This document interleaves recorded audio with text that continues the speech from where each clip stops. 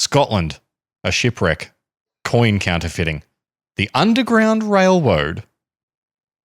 The Underground Railroad. Start again. No, keep it. Please keep it. The Underground Railroad. Out west. Out west. My lover's come Abraham Lincoln. Abraham Lincoln. Union busting. We're dead redemption too. Scotland. Okay.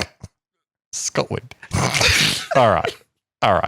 This intro's gone off the rails, but it is going to stay. No, it's going to stay. This intro needs to be put on the end of the episode. No, it's going to be the All intro. right. I don't care anymore. The last three things I said were Abraham Lincoln, Union busting, and Red Dead Redemption 2. These 7 things are linked by one common thread. W's. A common thread that developed into a full-blown industry in the 1800s and spawned countless movies, books, TV shows, and more. You have probably heard of it in some capacity and never even known. Speech pathology. Tuberculosis. From the wide open plains of the West to the modern corporate world, this week on Cheeky Tales, we're talking about the one, the only, Pinkerton Detective Agency. Ooh.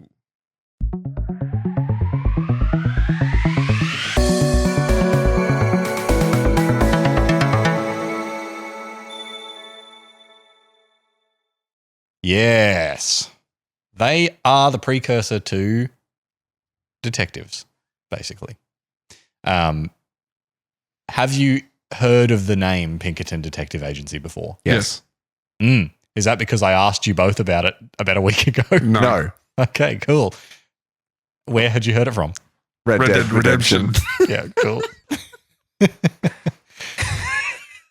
That was Yeah. always going to work too. That was good. That was awesome. Well, John's decided to take a piss. He's got props. Oh, not in there, boy. Yeah. John's just rummaging through my stuff right now. Yes, there you go. Yeah, he's got to sift. Through Aaron's stuff. Got to sift through Autowans. Border heads. John has F1. dug, for those listening at home, John has dug through my collection of games To find my game and found Red Dead Redemption. that Aaron has borrowed Deuce. for what, 2 years now? Never played. Yeah, still just. No, I never did play that one. Yeah, you haven't played the single player of it. Yeah, no. We'll glance I over. did play the multiplayer, didn't I? Yeah, you played the multiplayer and you didn't play the single player, which Yeah. was dumb. We've said it many, many times. I made the mistake of trying to play 1 first. I should have just gone You to should have just gone to 2. Yeah. And I might just go back and do that now. I'm amazed. You still haven't done it. It's great. You love single player games. I love single player games. John loves single player games. You've got my one too, don't you? Yes. Yeah. It's too old now. Yeah, it's It's pretty not rough too. now. It's not too old.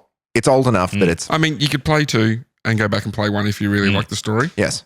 But I would recommend you play 2 so you can run into the Pinkertons, which are the topic this week. So the Pinkerton Detective Agency. The man behind the agency, Alan Pinkerton, was born on August 21st of 1819 in the Gorbals, which was a working class area of Glasgow. He had a regular life with his mother, Isabella McQueen, and father, William Pinkerton. Good chow. His mother would keep the house while his father worked. Just looked at Sean trying to hold it. I was trying. Car chow. Sorry. Car chow. Car chow. It's funnier to me when you say it real flat, like car chow. Yeah, like the bit where he goes, I use Rusty's car chow. Yeah. So his mother would keep the house while his father worked as a policeman or jailer. The history is a little murky on that one. But either way, at the age of 10, Alan was forced out of school when the oh-so-typical tragedy of his father dying occurred in 1829. Seems to happen a lot in these stories. Yeah, most of them are like, it was a fun childhood until parent died. Yeah, The damn 30s. the 1820s, mate. 1829. Yeah. It's basically the 30s. Oh, here we go. Here we go. I'm hating on the 30s. The decade doesn't end until 5 years into the next one. yeah, and What, we got 5 years until we're in the 30s? Oh, We've only no. just hit the 2020s. Oh, jeez. Okay. oh dear. Oh, jeez. Alan and his brother needed to take up trades to support the family, and Alan would move into being a cooper. Either of you know what a cooper is? Yes, Cooper makes barrels, Mm. but he doesn't assemble the barrels. He just makes the stuff for the Yeah, barrels. Wine barrels type of thing? Or just, Any kind of barrel. Okay. A Cooper makes the barrels and the Hooper does the rest of it. Yeah, because that's the metal The ring. metal part. rings that hold the barrels together. Coops and hoops. Coops and hoops. Ooh, I- keep it's- that for a beer company. It's astonishing that they're two different jobs. I'm sure that already exists. I'm going to cut that out of the episode just in case it doesn't. Yeah, I'm going to Coop- Google it I mean, quickly. Coopers already exists, for God's sake. At some point in 1842, Alan would marry his wife, Joan Carfrae, another Glaswegian local who would be his wife until his death. As was common at... Is that the end of the story? He's died, Glaswegian that's it? local? Yeah. A from Glasgow. Yeah, a Glasgow local is a Glaswegian. That's like saying I'm a Brisbaneite local. Okay. ATM machine. As was common at the time, Alan would find himself involved in the local labour movements, which in Glasgow were known as the Chartist movement. As you can imagine, governments and the ruling class weren't super fond of labour movements that tried to give power to the people, and so while most Chartist events were peaceful, they would sometimes turn into battles with the police. In 1842, this would come to a head, as a petition with 3 million signatures for universal manhood suffrage was declined to be discussed in Parliament. Suffrage and suffering, two different things. Yeah, but universal manhood. All men shall vote, Okay. Yep. Yeah. Fair. Yeah. but not the women yet. No, this Yeah. is 1840s. Frustrated, the Chartists would strike and riot throughout the whole UK. Is it strange that Aaron's doing another story where women are excluded I know. I mean, it's from not voting? It's not From that voting? strange You know at what? all, is it? You know what? You can wait till later. You can wait till later. Oh, he's going to try and You redeem piece of himself. Yeah, now he's trying to do his own foreboding while he amends his Yeah. script. Yeah. Yeah. Let me just type quickly. No, fuck you. So they got Please, 3 million. There are children listening. Great. They need to know you're a dog. This is my children. John's children. Direct call out to you. No, your dad's great. Be nice to him. Alan would be part of the, also clean up after yourselves. You're welcome. Alan would be part of this movement. They're not listening to me. They're not listening to you. It's a race, actually. Clean up as quick as you can. Yeah. Alan would be part of this movement, fighting for his rights. It's just the Don't pre- do it. it's just Don't do it. Don't do it. Don't bring up my least favorite damn song. Second least favorite. fight for your right to suffrage. So is Yep. this like a precursor to the CFMEU? Oh no! Don't talk. Oh, jeez. Oh, no. Oh, God. We're going to get... Don't talk. We don't talk about the Queensland government's We going to don't talk disband about us. We can't talk about no. That's my union. Yeah, are you a member of that union? There you go. Doesn't matter. That union is everybody's union. Even I can join that union. Yeah, I've built something once. I could do it. Yeah, I work with my hands. Theoretically, I can join that union. Someone tried to put a sticker on my barbershop mirror once. I was like, no, man. Get out of Get here. out of here. Yeah. You don't want that smoke. No.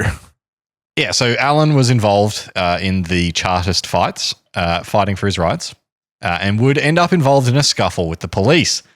A royal warrant would be put out for his arrest, and with little options other than to be arrested or leave, he chose to leave. At least that's the most honourable version of the story. Others have contended that he had turned informant for the state, ratting out his Chartist mates and being discovered as a snitch. And as we all know, snitches get stitches unless they leave for the US. And so he fled Scotland in an attempt to save his life from the Chartists themselves. Historians to this day debate which story is true, but considering his future endeavours, I can kind of understand how it got a bit confusing. Mm. We're going to cover some stuff. So keep the confusion around his early life in mind. And now we're on a boat. We're on a boat. Thank you. Alan, More boat cast. well, Cheeky look, boats. boats are involved in transport, and that's about it in this story. No planes yet. No planes. This podcast love boats. This podcast love boats. Is that our first sticker? Mm-hmm. Is that our It first? could be, Yeah. or it might be a declaration that 2026 absolutely no boat chat. Is that our first shirt? This podcast love boats Our first shirt didn't get made because no one decided to do the bloody the timestamp because listening. no one decided to make the shirt. I was No. Reese, our listener from the UK, said that he that tried. makes it sound like we only have one. I'm sure we've got more than one. Our listener from the UK, Our original listener from the UK, Reese, Reese. yes. He was listening, and he was able to call it out at the wrong time. So sadly, did not. get the shirt. Sean's New Year's shirt off coming again this year. Listen on New Year's Day. Yeah, that's only about a month away. Mm-hmm. A month, exactly. Yeah. Alan and Joan would decide to strike out for a new life in America, sailing initially towards Canada. Alan would work as a cooper on board to pay their way, and while this was a decent way to make a living, it became a lot harder when the boat ran aground on Sable Island and was stuck in ice. Forced to leave everything behind and row to safety, they would eventually find another schooner to take them to Montreal, where he would work for a week as a cooper to make some money before heading to Detroit. Then Stop with the Detroit thing. No. I'm sure that it's been mentioned. Yeah, it has. And you know what? Had a whole I episode. enjoy it. Yeah, exactly. And we got some feedback on that episode that said the Detroit thing did not land. We got one guy who complains about everything. Well, that's 50% of the listenership. That's 50% of that's 100% of our friends and 50% of the listeners. That's hurtful. So they would go to Not Detroit and then to Chicago, and then eventually the town of Dundee, a Scottish enclave in Illinois. The Pinkertons would settle down in a nice house on the river, and Alan would set up a cooperage business to supply the town with its barrels. Within months, he would be managing 20 employees and running a very successful business. Nice. He would be doing better than he had ever done back home, but fate would have something else in store for young Alan. One day, he would set out in a skiff down the river to look for a particular kind of tree he needed to make the barrels. Scanning the riverbank for trees, it would be just right. While floating along the river, he would spot a small island in the middle with a small encampment set up but deserted. It seemed a strange spot to camp, with little in the way of wildlife to hunt, and so he would stop in to take a look at what was going on. He would find the fire smouldering, which meant the people had been there quite recently. But more interestingly, he would find bits of scrap metal and the remnants of molds that looked particularly like they were used to counterfeit coins. Considering the business interest in the region, it would be disastrous to him to have counterfeiters flooding the market with coins, so he would endeavour to come back later to try and catch the people in the act. When he returned a day or two later, he would quietly land on the island and follow the now billowing smoke to its source. The same camp he had seen earlier, but this time ablaze and being used to melt metals down into coin molds, to melt metal down to pour into coin molds to make coins.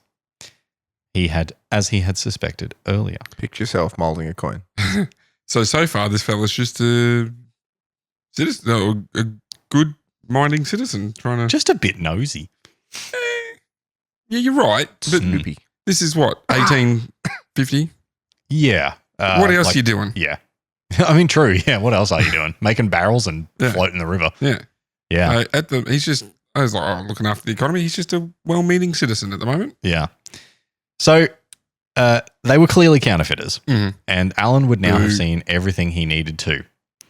He would slink back to his skiff and make way to the sheriff to tell him everything he had seen. Why do him like that? It's a fun word to say, slink. The counterfeiters would be arrested, and the bankers of the area would be thankful to Pinkerton for his work uncovering them. Yeah, good job. Not long after this, Pinkerton would get a tip-off about a farmer in the Vermont area who was laundering forged banknotes. Obviously, Pinkerton would alert the authorities again and would catch the farmer in the act with the notes, again impressing the sheriff. So he made his acquaintance with this guy and made a deal to hey, I want to get some of these fake notes because that'd be helpful for me. And hey, sheriff, I've organised to meet this guy who's laundering banknotes. Yeah, he undercovered it. Yeah. Yeah. Detective. So the sheriff that he had assisted in catching this guy turned out to be the sheriff of Cook County, which encompasses Chicago. And the sheriff would be so impressed by Pinkerton's detective abilities that he would offer him as a role as a deputy in the big city. Despite Jones' protests, Alan would be drawn to the adventure and challenge and would accept the position and move the family to Chicago. Apparently Chicago was gross. Oh, really? Yeah. Because it was a proper big city. They hadn't had time to do sewage and stuff. So it was just they sewage. used the river. Yeah. They kind of Pooh River. Well, they had this canal thing. It's actually really interesting. They'd done this canal network. Chicago was part of it to connect like the East Coast through to the rest of it because they needed to connect the Great Lakes to the Mississippi. It connected a bunch of rivers together to eventually meet because obviously it's in Illinois, it's on Lake Michigan. So they needed to get like Michigan connects with everything else, like the big rivers that go across the top of the country all the way out to the Atlantic Ocean. So they did this big canal and like that was part of it. There's like this big weird, I don't know. It's really interesting. Shout out Daniel Steiner on YouTube for his great video on the history of Chicago and the map. And you should watch it. It's really good and you'll learn all about it. I really thought Sean was about to say shout out to the canals. You shout out those Chicago canals. We couldn't do it without you. So Alan would take. Don't use my love of Chicago against me. How dare you? Alan, the Bean. It's called Skygate. No, it's not. It's called Skygate. I don't care. It's the Bean. It's called Skygate. Okay. Alan would take to the role like a fish to water in the canal and would eventually be named as the first detective in Chicago in 1849. He would grow in fame and skill, gaining the trust of the bankers, railroads, and couriers of the country. Of the county. Eventually, he would meet a Chicago attorney by the name of Edward Rutker in 1850, and the two would turn their eye towards something new for America, a private detective agency. They would initially name it the Northwestern Police Agency and would focus on investigating crimes and recovering stolen property. The logo would be the famous wide open eye and the tagline, "We never sleep." Not long after this, they would decide to capitalize on Pinkerton's fame and rename the agency to the now famous Pinkerton Detective Agency. So the eye logo, it's like one wide open eye. That's where they believe the term private eye comes from. Because you like hire a private eye to investigate something or protect something. Yeah. It is like a pretty distinct old-timey logo. Yep. It's like all these big words and then an eye in the middle and then extra words and like lines and stuff everywhere. It's very extra, but also very iconic. I was going to say, speaking of logos. We're not getting into that again. We had about a 20-minute discussion before starting recording here. The agency gets its foothold. In the early days, the agency would focus on crimes that the police weren't capable of handling. All of them. Yeah, most. With a focus on crimes that crossed lines of jurisdiction. While crimes of counterfeiting, train and carriage robbery would be national issues, there was no federal police agency, and police weren't able to work outside the county lines that they had jurisdiction over. A private agency, though, could do whatever the hell they liked. And this was the ground that the Pinkerton Detective Agency would build its foundations on. So they were able to come in and be like, oh, I can just go anywhere and I can keep investigating. Like, there's no problem with me having any ability to do anything here. Another of the aspects of Pinkerton's agency's superiority over regular police was the training and pay that their agents received. In these early days of local police forces, police were often poorly trained and even more poorly paid, making them ineffective and easily corruptible. Pinkerton's force would be paid for directly by their clients, which meant they could spend the time and money to train them correctly, pay them well enough to make them much less susceptible to bribes, and give them the resources to cross county lines and do their damn job. So, again, plenty of money from the private sector means that they're able to do just about anything they need to do. These early advantages gave the agency a huge head start, and within years they would be operating across a number of different states, working with large businesses, particularly the Illinois Central Railroad. This would end up being the most important clients Pinkerton would ever land, as the company had a young lawyer managing their legal work. That young whippersnapper would be Abraham Lincoln. You might have heard of him. Remind me again. Yeah. Big tall hat. Big tall bloke. Okay. There's no joke there. Have you ever seen photos of, like, actual photos of Abraham Lincoln? He's huge. I didn't realize how tall he was compared to everyone else in his time. He's like a head taller than most people. Really? And then he puts that big stupid hat on. It's like, he's huge. Accentuate your features that you've been given. Yeah. Yeah, so they had Lincoln, and Lincoln it would obviously turn out to be a bit of a big deal. But at this time, he was just a lawyer who would eventually recommend that the railroad use the Pinkerton Detective Agency for their investigations into fraud and theft by their staff. So the Lincoln lawyer. Yes. Are you saying that because of the show? Yeah. Is it any good? I don't know. Yeah, I don't know either. Every ad I've seen for it, I'm like, this looks very Is that normal. Matthew McConaughey? Is he? No. I don't know. All I'm watching is Christmas movies at the moment. I'm watching Scrubs. I can't do it on my own. I'm excited for that to come back now. You haven't watched the originals? Yes, I have. You literally told me the other week you have not seen it. Yeah, he's watched Scrubs. Yeah. Of course I've watched Scrubs. I love Scrubs. Yeah. I haven't watched it in a while. I swear you said, I know I haven't seen No. one of the most influential TV shows of. I'm sure you Seinfeld. said. That's Seinfeld. you I have hadn't seen also it. watched Seinfeld. I haven't watched Seinfeld. It's okay. Don't worry about it. It's too late now. No, I swear you said the other week that you hadn't No, watched I've absolutely watched Scrubs. Okay. Yeah.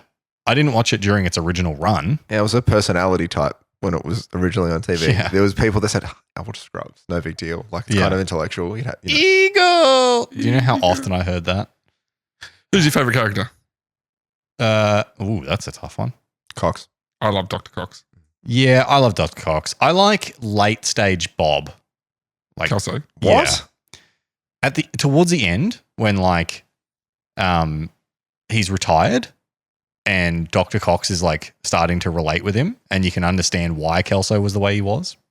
But has two thumbs and doesn't give a crap. Bob Kelso. Yeah, but Bob Castro, nice to meet you. Yeah, but also it's then detracted by all this muffin antics.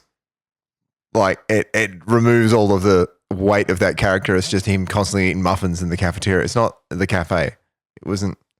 Yeah, I just like when I don't always love it. I don't always like. Sean has survived his coughing attack, and I'm on the edge. yeah, I'm a donkey on the edge. On the edge of glory.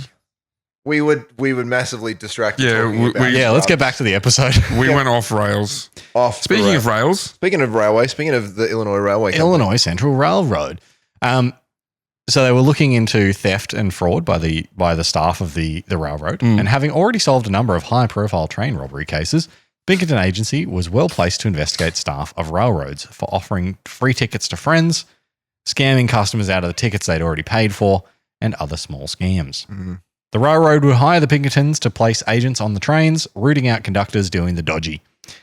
Multiple successes in this effort led to an increased reputation for the agency and would also cement the connection between Alan Pinkerton and Abraham Lincoln. The two would bond over their abolitionist ideals, eventually using the agency to work with the Underground Railroad to help escaped slaves make their way to Canada. So Nice. we're now seeing like Pinkerton's got this big business and he's using it to help with this effort to help free slaves. Yeah. With the Underground Railroad. Yeah. While Pinkerton would work on the coalface of the abolitionist movement, helping to fund and mobilize those fighting the good fight, Lincoln would work his way up the ranks of politics, making a name for himself and eventually finding himself on the ticket for the presidency. That's where I know him from. Still Winning- doesn't ring a bell. Winning in 1860. Boo. The two men would find their way back together professionally when the tensions between the South and the North would start to develop into the beginnings of the Civil War after Lincoln's win. You weren't trying to reference like the Liberty Bell or anything, were you? No. Okay. Thought you might have. The Civil War was great for business. Hit it. The Civil War was great. So I mean, it was for the US in the end. depends on which side you're on. The side of freed slaves what or side not are you freed on, slaves. Sean? Well, there's two names for the Civil War. There's the Civil War and the War of Northern Oppression, depending on who you ask. I didn't know about the name of the War of Northern Oppression. Sean, how do you know about the name of the Northern Oppression? Reading a lot of really shit teenage fiction books that are set in the South when I was younger. Do you have a certain And by younger, I mean like last year. Yeah. red and blue flag with stars on it? Do you No, own I'm not one a of those? I'm not a Confederate, but I am aware that they call Is it that what they're called? the Did you war know of- they were called that, boy? the I War didn't know of they were Northern called Oppression. that. Oh, yeah, you don't know what the Confederate flag is. You've never seen the Dukes of Hazzard? Yeah, okay. There's a Confederate flag in the Dukes has Sean. It's on the roof of the General Lee, who's named after a Confederate general. Lee? Yes. Oh, you know a lot about this. All right. We don't need to get into who's a Confederate sympathizer and who's not. So no one said anything about Confederate sympathizers. If anyone hasn't seen the Dukes of Hazzard movie with Sean William Scott and Johnny Knoxville and hasn't appreciated Jessica bleepity bleep Simpson in that damn movie, then you're dead to me. So we worked out that Aaron hates women. Stop saying that. And apparently, Sean's a Confederate sympathizer. Apparently, I'm a Confederate sympathizer. Or just a Confederate. All right. So now that we've stopped disparaging each other, as things started to really heat up and states started to secede, Lincoln decided. Say it. They were oppressed by the North. Say state versus state. State versus state. Mate versus mate. Thank you. Lincoln decided to do the obvious thing to calm tensions. Was run for presidency. No, it was get shot in the head. People were pissy because he'd won the election. They were like, that's it, we're going to secede. So he did the obvious thing to calm the tensions and go on a multi-city celebratory tour from Illinois to Washington with stops in New York, Philadelphia, and Maryland. So he basically just went on like a victory lap of the North. Yep. He's like, everyone's real pissy about me winning. What if I celebrate? By going to all the Union states. Yeah. No. Oh, yes. As you might expect, the Pinkerton Agency would hear whispers of threats to assassinate Lincoln across multiple states, with the most credible being from the pro-slavery state of Maryland. Baltimore, the largest city in Maryland, was the most obvious threat, as Lincoln would need to swap trains there across two different stations. Alan Pinkerton would decide to take on the task himself, putting together a crack team to investigate personally. The team he put together would showcase another of Pinkerton's advantages, his ability to hire those that others wouldn't dream of hiring. He would choose one of his young agents, Kate Warren, who would be the first female detective in the US. She had been hired a couple of years earlier after arguing that despite her lack of experience, she would be able to blend into crowds easier, go places men couldn't, and work in circles that no male agent ever could. Pinkerton was so impressed by her display that he hired her on the spot, and she had proven herself incredibly well on her early assignments.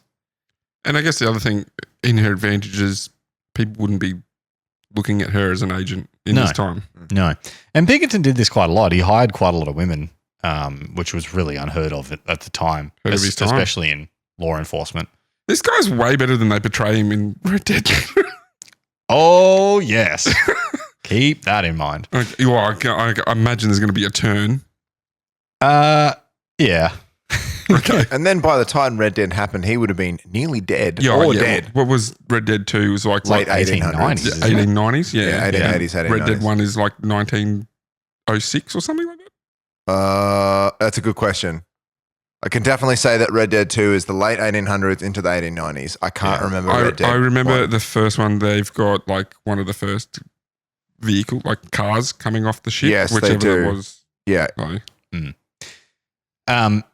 So for this job, Kate would reform her northern identity into a southern belle to disguise herself. Oh, give us your best Southern Belle impersonation. No, don't do it. Oh, my stars. Oh, my pearls. She did the accent and all, and a secessionist pin on her blouse. Alan would disguise himself with her as a southern stockbroker. They would spend the next few weeks working their way into the local community, gaining the trust of the local anti-unionist and pro-slavery workers, and when the president's route was announced to the public for his tour, they were perfectly placed to know the full extent of any assassination plot. They would uncover that the plot involved causing a riot near a tunnel outside Baltimore, which would draw away the local police force from Lincoln, and then while in the tunnel, they would murk him in the head, leaving him sadly dead. As we know, Lincoln's worst evening was yet to come, as Pinkerton and Warren would work tirelessly to ensure his safety, getting him to agree to change up his route slightly to avoid the tunnel, and getting him dressed as a sick old man being cared for. Don't give it to him. I know that I did that, and I appreciate that. He would take off his stovepipe hat and replace it with a flat felt one, wear a blanket around his shoulders, and hunch over. They would then cut the telegraph wires on the route so that the assassins couldn't communicate and rushed him through the streets in his disguise, making it safely to the next train waiting and onward out of Baltimore. So this success cemented Pinkerton's importance to the president and would eventually lead to a lot more work in the Civil War. Is this would lead into what, Secret Service type of thing? It would also show the need for a security service dedicated to the president, which would sow the seeds for the eventual Secret Service later in history. Yes. They really could have come up with a slightly less 10-year-old name for the agency. Secret Service. We're so secret and cool. Like all the other government organizations that look after monarchs and leaders all have incredibly complicated government names. Like you look at any of the European ones. Then there's the Secret Service. What's the European ones? All those private forces, or not private forces. I can't pronounce most of them, but whenever you see the translation of it, it's usually some very official, quite government sounding name. What's the name of the defense force for the Pope?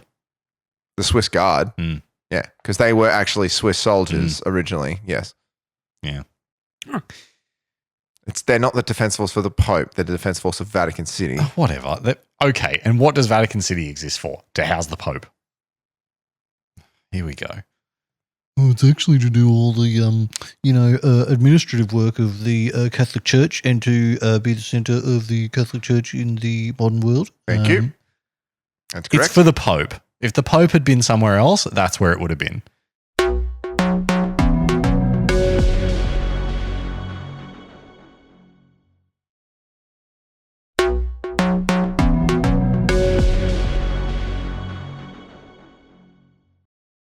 Regarding the work in the Civil War, the Pinkerton name would become synonymous as a go-to private police force during this time. Lincoln, enamored by his friend's performance during his celebratory tour, would use Pinkerton for all sorts of work. They would protect railroads and other key infrastructure, be tasked with delivering key messages, and complete daring spying missions behind enemy lines, among other work. Pinkerton's son, Robert, would also join the family business during this time, completing some of the spy work that they were tasked with in his teenage years. Pinkerton's other son, William, would also join the business later on, being gifted in gaining people's trust and pulling information from them. So do you have any idea how many people are in his employ at this point in time? Hundreds. Yeah, it sounds quite a lot. Sounds like business is booming. Yeah. So later on, there's events where they have hundreds of agents involved in one thing. So they are very big. They got a lot of money flowing through them. Yeah, that's crazy. They got a lot of work. Mm. Yeah. Because you got to remember, at this time, there was no proper police force. And even within federal police force. Yeah, there was no FBI. There was no CIA. There's no investigatives. There's no investigative companies. Yeah. Local police forces are generally a couple of guys for a city. Yeah, like a sheriff and a deputy. Yeah. So and they get to the city limits and go, well, can't go any further. Yeah. They don't really have much they can do. So having these bigger private companies was just necessary for these big businesses. And were there any other competitors, or was it just he kind of cornered the market? Eventually there were a few. But at this moment, it was just... Yeah, I think there were some. Okay. I don't go into it. I think McKinney was another one. They also are around. But they don't really come up in any of their stories. No clash between the Scottish and the Irish detective agencies? No. As the war ended and America rebuilt, the Pinkertons would be used for work across the nation. Their ability to roll out dozens, if not hundreds of agents to any job gave them a leg up on other agencies and police forces. Pinkerton would have some strict rules around how they worked, though, with a strict policy of avoiding mechanical devices to gather intel. While phones were installed in Pinkerton offices, Allen himself believed they were the invention of the devil and refused to use them. He was actually friends with the devil? Alexander Graham Bell. Yeah, but he was still I'm not using these. Yeah, right. Allen himself believed that they were the invention of the devil. Found dangled technologies. Yeah, they're bloody devil devices. He would forbid his agents from using wiretapping, preferring them to use paper trails and witness statements to uncover the story. He would also refuse to accept divorce-related work, believing that despite women being more likely to engage them for the work, they were the real victims of divorce in a society that didn't value them as highly as their husbands, despite what the husbands may have done. Very forward thinking, this bloke, in a sense, really. Like, really ahead of his time. It's really time. odd that you would bring that up of all people. Shut up. Shut up. Good one. I'm so tired of this Aaron's a misogynist story. Just go back to the South Shore. Yeah. The South will rise again. I was going to make a joke, and I'm like, anything I say is going to sound just awful, so I'm just going to say nothing. Yeah. As they grew in fame and in their fame with big business, questions started to be raised about whether their work was always for the best. As they answered to paying clients, they would do whatever was needed, sometimes straying outside the law to meet the client's wishes. At times, their work would move more towards policing people and enforcing the client's wishes and away from protecting property and investigating thieves and agitators. As this movement continued, they would eventually move into the wild world of outlaw hunting in the Wild Wild West. Ooh, here we go. This is the Red Dead Redemption stuff. No. Well, that's what they were in the game. They were hunting the outlaw gang. They were in the game, yeah. Yeah. I thought they were anti-unionist in the game. No. What, the protagonists of the Pinkertons? No, they were just the detectives that were hunting the outlaw gang. Yeah. No. The I wish Dutch I played it. Hey? Dutch's gang. Yeah, Dutch's gang. The Vanderlyn gang. Dutch Vanderlyn. Thank you. I couldn't think of his last name. As I'm sure you know, the railroad expansion after the Civil War brought more and more people into the Wild West, which meant more trains started to carry goods and, more enticingly, money. And gold. Though through the more remote parts of the country. Mm. This attracted a new style of outlaw, one that would travel in a gang and commit high-stakes robberies against the railroads and banks of the West. Dutch Vanderlyn. These outlaws, despite their crimes, would be cult heroes even in their own time as they attacked unpopular and rich companies. So the men that hunted them weren't always perceived as the good guys. It was into this world that the Pinkertons would start to step in the later 1800s. One of the most famous gangs of the 1870s was the James Gang, the most famous of which was Jesse James. Huh. They had been terrorizing the West for years, going after banks, trains, and stagecoaches for their goods and gold. What was the other gang in Red Dead? It was an Irish gang, wasn't it? O'Donnelly? I can't remember. I think O'Driscoll. O'Driscoll, thank you. They were quite happy to be known for it as well, the Jameses, posing for portraits in photography studios as well as not being particularly subtle in their attacks. The Pinkertons would find these photos and collect them, building out a collection of mugshots. This was actually quite revolutionary at the time and would become used as a building block of investigative work in the future. So the gang themselves were getting professional photographers of themselves. Yeah. Not that uncommon. Yeah, the Wild Bunch did it as well. They just sit down for photos. And then obviously the detectives would grab and go, well, this is the people we're looking for. They'd go to photography studios in towns and be like, that's them. Give me that. So nothing's really changed from the youth of today recording themselves doing illegal things. Here's the thing, right? Every trend that comes out from technology is a trend that already existed. It's just easier now. A photographer takes a photo on wet plate chemical photography of a member of a gang, and then someone copies it on paper dozens and dozens of times. Same thing. It's TikTok. The one that I always think of, right, is people are always like, everybody's on their phones all the time. It's ridiculous. Nobody interacts anymore. And then they show photos of trains on the newspaper. Yeah, everybody's got a newspaper. Yeah. It's like, shut up. It's just different now. Yeah. Everything's the same as it always has been. Life is a never-ending circle. Flat circle. Flat circle. There you go.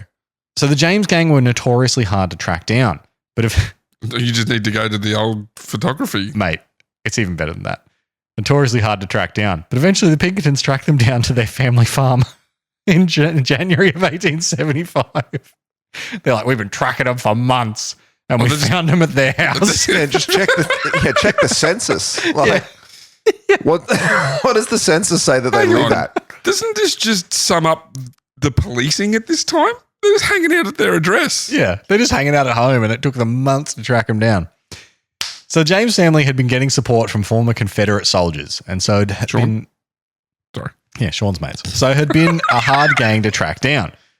Eventually, Alan, who had taken tracking them personally... We gang up on him. This is how this works. So Alan, who'd taken it personally, worked with former Union soldiers in the area to track them to the home and wanted to capture them, so badly he had sent letters to others saying he wanted to burn the home down. On the night of the 25th, Pinkerton forces would surround the house, and an agent would huck an incendiary device into the house to try and draw the gang outside. It would explode, setting the house alight and scattering the James gang into the night. They had managed to escape in the chaos that had been caused. Unfortunately, though, Jesse James' younger brother Archie had been killed, and his mother Zerelda had had one of her arms blown off. Whoa. Yeah, so despite all this damage, the gang had escaped unscathed themselves, but the Pinkertons' reputation had not. The public found the death and destruction unnecessary, especially against the popular James family. They had inadvertently helped to bolster the Jesse James legend and would fail to ever catch him, despite years of tracking and chasing, leaving others to end Jesse James' crime spree. So they literally surrounded the house and still let him get away. Yeah, right. The Pinkerton Agency would go after other notorious outlaws as well, including the Reno Gang and the Wild Bunch that included Butch Cassidy and the Sundance Kid. Agents would spend years chasing and tracking down outlaws throughout the frontier, again using their mugshots to pull information from locals. This would feed the reputation of the Pinkertons as tough, resourceful, and relentless, while also feeding the eventual obsession with outlaws and the West. So, a lot of the time when you hear of like people hunting down these like outlaw type figures, it's Pinkerton agents. Yeah, they were just doing it everywhere because all the companies that they worked with, the railroads, the banks, the stagecoach companies, they were the targets. Yeah. That's who they were going after. Yeah. So, yeah, the reputation starts to crumble. The Pinkerton name may have been associated with outlaws for a while, but don't forget that the Pinkertons were hired muscle. They were paid for by corporations looking to protect their interests. As the company moved into the 1880s, they were starting to be known for being more of a hired army than a police force, using explosives and gunfire to draw their prey from their hiding holes. And as they started to take on more and more union-busting work, the public started to develop a deep mistrust of the Pinkerton Detective Agency. PMF, Sean. Private military force. You might ask yourself why Alan Pinkerton would allow his agency to side with the corporations, considering his own history. But it was his belief that unionism and strikes caused violence, and he was against violence in this area. So 1880s, and what did you say he was born? 1819. Okay, so he's 60. Yeah. Yeah. He was quoted as saying that the eradication of violence and coercion from the labour movement would make labour more respectable, which would in turn result in business owners being more likely to pay more money. I'm going to call BS on that one because no corporation has ever done that in the history of time. To answer why Pinkerton may have had this change of heart, historians believe that he had suffered a stroke in the early 1880s, which may have started to affect his judgment. While he had stepped back from frontline leadership at this time, he was still a public figure who spoke for the company, so his change in personality was noticed by the public. Sadly, though, that would all end in July of 1884 when Alan would trip over while walking his dog, badly biting his tongue in the process. He would get gangrene from the wound and later die from that wound, leaving behind his two sons in control of the business. So he's just out. People died way more interesting back then. He tripped over walking his dog. What a soft way to die. Like your little schnauzer gets under your feet and then oh, bit of a thing. Just for the next couple of days, it's all like this, and then you're dead. Oh man, I wish I had antibiotics. That's okay, yeah. Yeah, so it was all over in days. Like that's just crazy. Trip, bite, dead. Years of like hunting outlaws. Hunting outlaws and like not the safest of work. No. You just tripped over your dog lead. Yep. With his sons in charge, they would take on more and more union-busting work from their business clients. They would start to infiltrate unions, spying on strike organisers and reporting back. They would also take part in breaking picket lines to break the strikes. One particularly bold example came in Pennsylvania on the 6th of July, 1892, when the Pinkertons were hired by Carnegie Steel to break a strike run by the Amalgamated Association of Iron and Steel Workers. The workers had refused to work longer hours for less pay, and so the owner of the Carnegie Steel plant had locked the workers out of the plant and refused to allow them to work. He planned to hire non-union workers to reopen the plant and had fortified the building with high walls and watchtowers. The striking workers had blockaded the building to stop them from allowing the new workers in, and so the plant owners had hired the Pinkertons to break through the lines and provide protection for the new workers they planned to bring in. Also, industrial action back then sounded way more interesting than Oh, what it yeah. does today. Oh, yeah. Yeah. I'm assuming industrial action term didn't exist back then either. No. It is crazy to think that like a lot of the protections that we have now are literally because people went to war for them. Yeah. Like in this sense too, not like what the war you'd think of, like overseas fighting other countries, like workers fighting companies, companies hiring police forces to attack their own workers. Yeah, coming to blows. Yeah. It's crazy. Yeah. So on the 6th of July, 300 Pinkerton agents would load onto barges that would be floated up the river. 300? Yeah. A lot of them were just hired on the day. Oh, okay. Yeah. So they had hired in the days before and they didn't really know what they were doing. Yep. So they were going to be floated up the river on these barges with the strikers tipped off by the watchmen along the way. All 300 would have Winchester rifles and planned to do whatever it took to land at the plant and gain entry. Uh-oh. It was roughly 4 a.m. when the Pinkertons came into view of the strikers and a warning was yelled to them to back off or face the force of the strikers. It's not really clear who shot first. There's a bit of like, as they were coming up the river, there were some boats that came down, took pot shots at them.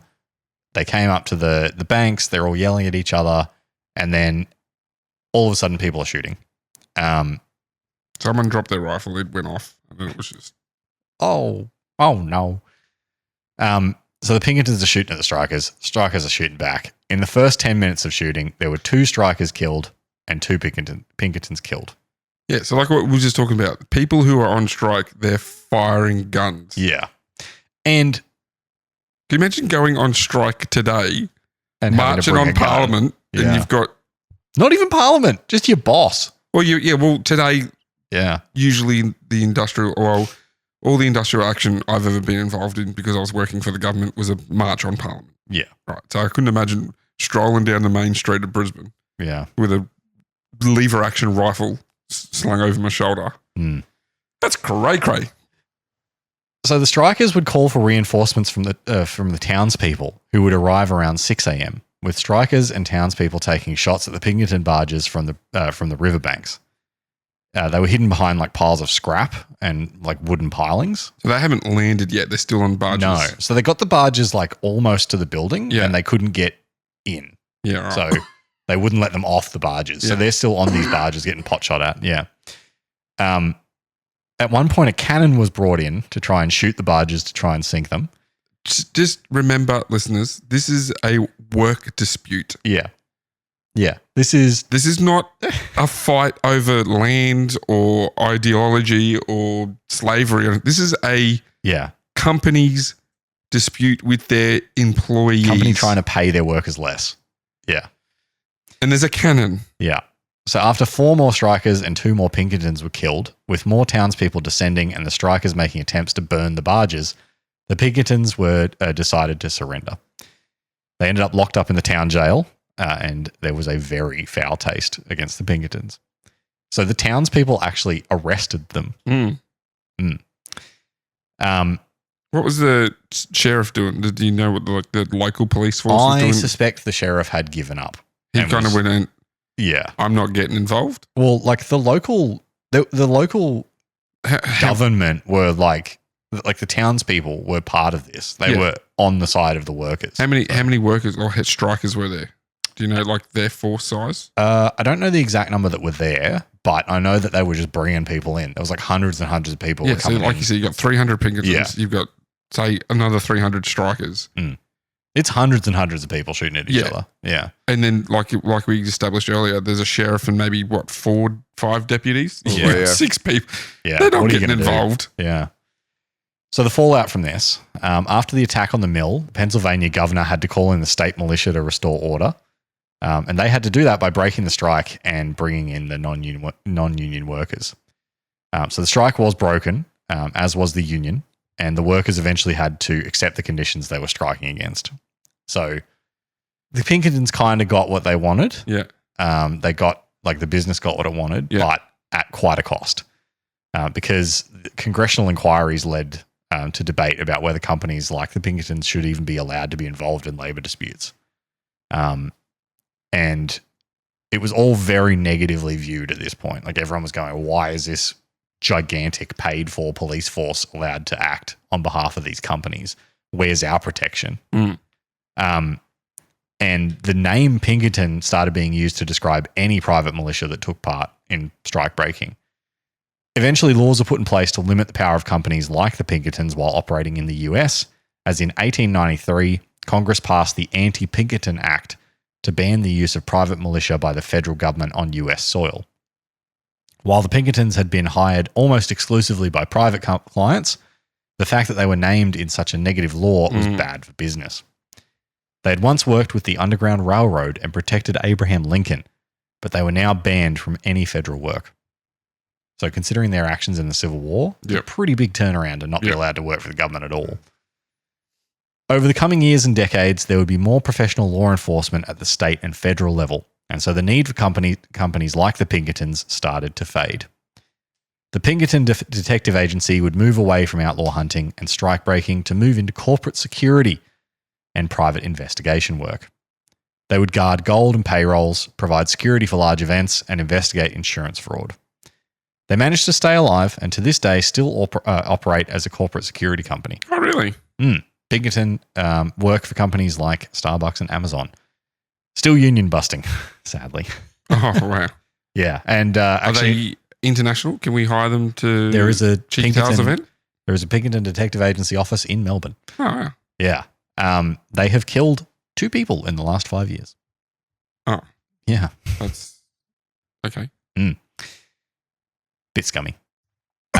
Way to bring it down. Yeah. In popular culture, the Pinkertons appear all over the shop, but not necessarily by name. Popular author Clive Cussler used the Pinkerton Detective Agency as inspiration for the fictional Van Dorn Detective Agency in his Isaac Bell detective series.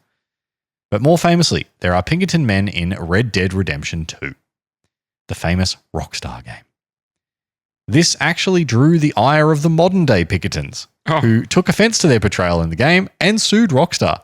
Oh, that's not going to work well. Yeah, they eventually settled for an undisclosed settlement after Rockstar countersued, claiming their depiction was accurate and Pinkertons had been depicted in plenty of other Western fiction as well. Yeah. It can also be said that Alan Pinkerton developed what we consider to be the quintessential private detective, and that the entire genre can trace its roots back to the one man that floated a river looking for wood one lazy afternoon. Found coins. After hearing that, I would say the depiction in the game is pretty accurate. Yeah, that's... Considering in the game you play as an outlaw, you play as the bad guy. Yeah. They are the antagonists of the game because they're the good guy, in quotation marks. So their argument... Like, you know what I'm saying? Yes. They are a bit of, towards the first one, end of the first one, they're a bit of dicks. They're dicks, yeah. Yeah. Yeah, they that was pretty much their argument. They're like, hey, this makes us look really bad. And Rockstar was like, you were! This is accurate. Yeah. Well, like I said, in that perspective, they were because you're an outlaw. Yeah. I think, like, it's just odd that you can see them following the money, right? Like, early on, the money was in doing all this good stuff because Civil War. Right? Yeah. Like a lot of their work came from that. But it was always on the side of companies, right? Like they were never for the people really. No. But they were popular because they protected things like your pay. And then eventually it just becomes like as corporations and people start fighting more, they're getting paid by the corporations. Yeah. So they follow the money and end up ruining their reputation. That's business really in a sense. Yeah. But yeah, they still exist. I didn't know that. That was interesting. Yeah, they're just called Pinkerton now. Okay. I think the Pinkerton Agency. I think they have dropped the detective name. Still got an eye as their logo. Mm-hmm. Yeah, so they're still kicking around. So that would put them at what? 225 years. Sorry, 225 years. Yeah, year-old company. That's not bad. That's pretty good. They have been acquired. Like they're not just their own thing anymore. Okay. Yeah. But they are still operating as an individual company. Yeah. But pretty funnily, like you mentioned, are there other companies like this? Yes, there were. There was a whole bunch, and a lot of them got scooped up by the same group. Okay. So there's a whole bunch of companies that are like this old, just still operating. Yep. Yeah, but they do a lot of corporate boring stuff now. Very interesting. Glad you enjoyed it. Yeah. And it, like the private detective is really just this guy, like following what he did all the way through. Yeah, he kind of just stumbled upon this profession. And all you had to do was just be slightly better than the police. Yeah. Anyway, any closing thoughts? I want to go play Red Dead now. Yeah, me too.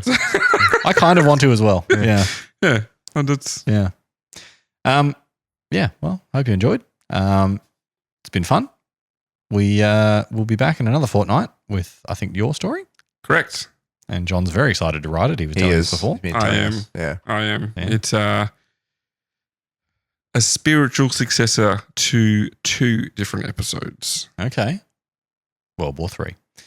One that gets brought up a lot, but not talked Boats. about a lot. I'll leave it with that. Okay. Boats. Intriguing. No boats. We talk about boats a lot. There will be. Like I can't give you 100%. I want a guarantee. 100% guarantee of no boats. I can't give because I haven't delved deep into the research.